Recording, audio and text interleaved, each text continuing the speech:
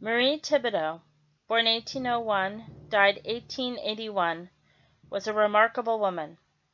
She was kind, intelligent, headstrong, and never once told a lie.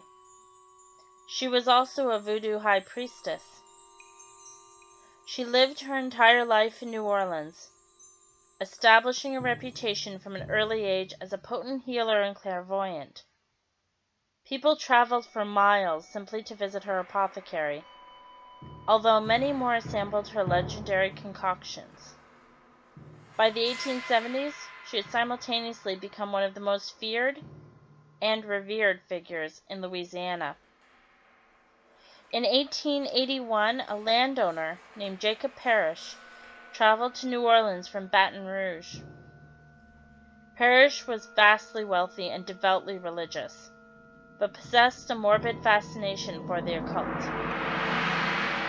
He had hired a platoon of ex-soldiers from the recently concluded Civil War, and with them he marched down Bourbon Street and into Marie's store. Despite the protests of her assistants, Marie granted Parrish an audience. He had heard rumors that the great voodoo queen had discovered the secret to eternal life and demanded that she yield it to him.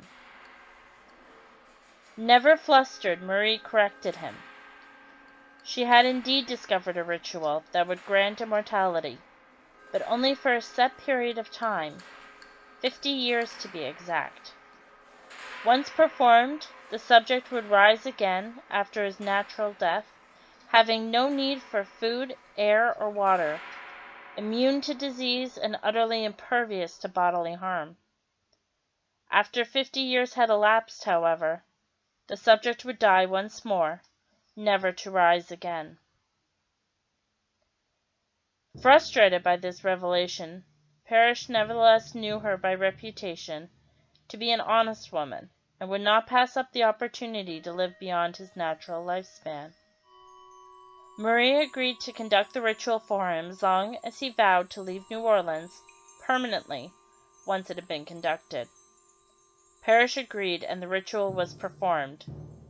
True to his word, Parrish returned to Baton Rouge later that day, but not before ordering his mercenaries to murder Marie and her assistants, and to burn her apothecary to the ground. Louisiana folk are renowned for their superstitions, which are many and varied.